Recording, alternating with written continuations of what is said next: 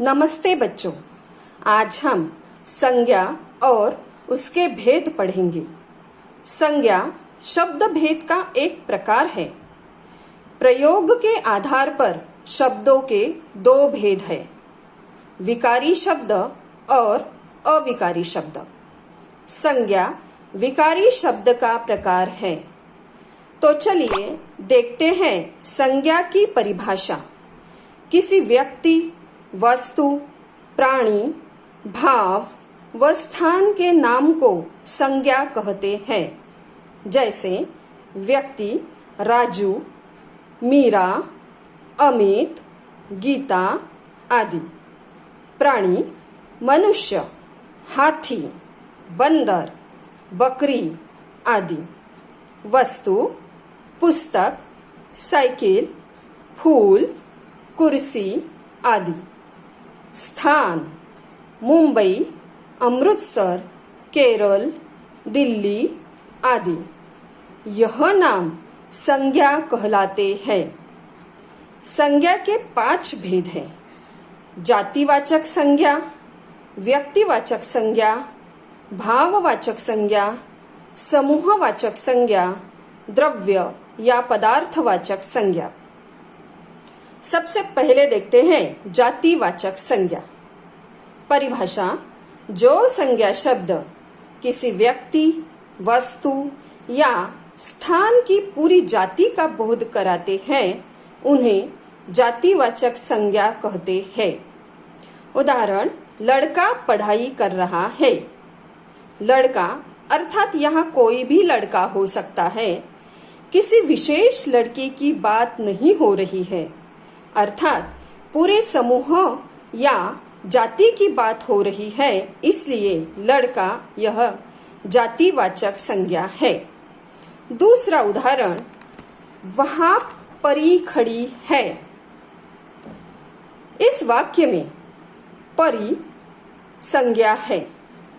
परी इस शब्द से कोई विशेष परी का बोध नहीं हो रहा है, पूरे समूह की बात की जा रही है, इसलिए परी यह जातिवाचक संज्ञा है।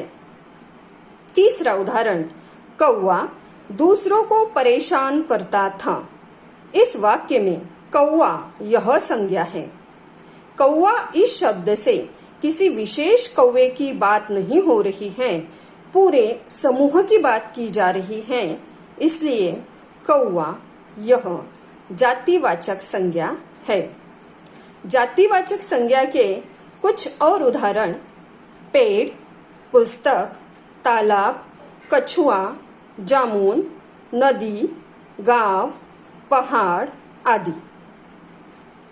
अभी संज्ञा का दूसरा भेद व्यक्तिवाचक संज्ञा। परिभाषा: जिन संज्ञा शब्दों से किसी एक व्यक्ति, एक स्थान तथा एक वस्तु का बोध हो उसे व्यक्तिवाचक संज्ञा कहते हैं। उदाहरण: ऋत्विक ने पोटली खोलकर देखी। यहाँ ऋत्विक यह एक विशेष व्यक्ति है। यहाँ हमने उसे उसके नाम से संबोधित किया है, इसलिए ऋत्विक यह व्यक्तिवाचक संज्ञा है। दूसरा उदाहरण: मुंबई बड़ा शहर है। मुंबई यह एक निश्चित स्थान है। मुंबई यह एक निश्चित स्थान को दिया हुआ विशेष नाम है, इसलिए मुंबई व्यक्तिवाचक संज्ञा है। तीसरा उदाहरण: सरल कहानियां यह मेरी पसंदीदा पुस्तक है। सरल कहानियां यह एक पुस्तक को दिया हुआ विशेष नाम है, इसलिए सरल कहानियां यह एक व्यक्तिवाचक संज्ञा है।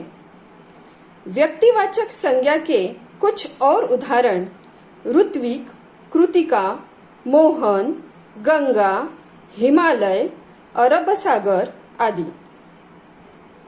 इन उदाहरणों के माध्यम से हम समझ सकते हैं कि जब हम किसी विशेष व्यक्ति, वस्तु या स्थान की बात करते हैं तो वह व्यक्तिवाचक संज्ञा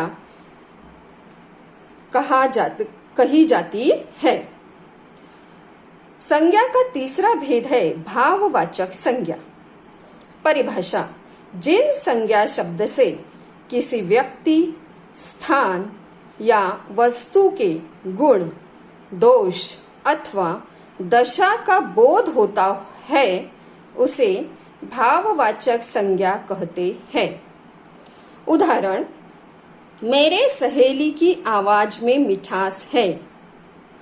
मिठास इस शब्द से आवाज मीठी होने के भाव का बोध हो रहा है, इसलिए मिठास यह भाववाचक संज्ञा है। दूसरा उदाहरण: दादाजी का बुढ़ापा खुशियों में बीत रहा है। बुढ़ापा इस शब्द से बूढ़ा होने का बोध होता है, इसलिए बुढ़ापा यह भाववाचक संज्ञा है। तीसरा उदाहरण: राम और श्याम में मित्रता है।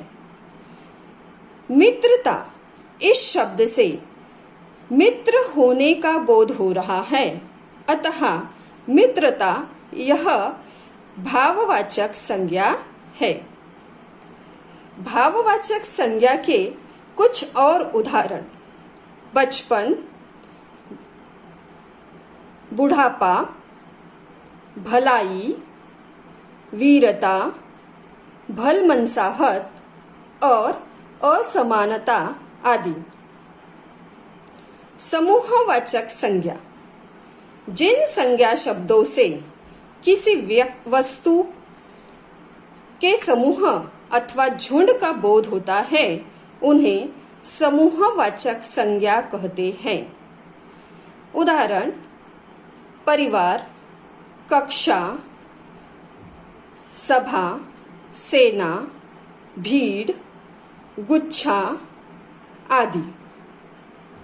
इन शब्दों से हमें समूह का बोध होता है, इसलिए यह शब्द समूहवाचक शब्द के उदाहरण हैं। समूहवाचक संज्ञा के समूह के प्रयोग निश्चित होते हैं, इन्हें हम बदल नहीं सकते। उदाहरण: तारों का पुंज, पर्वतों की श्रृंखला। इस तरह से समूहवाचक संज्ञा के उदाहरण है। पांचवा संज्ञा का भेद है द्रव्य या पदार्थवाचक संज्ञा। परिभाषा: जिन संज्ञा शब्दों से किसी द्रव्य, धातु या पदार्थ का बोध होता है वे द्रव्यवाचक या पदार्थवाचक संज्ञा कहलाते हैं। उदाहरण: तेल, गेहूं, लोहा, सोना, लकड़ी आदि। इस तरह से हमने संज्ञा के 5 भेदों का अभ्यास किया है।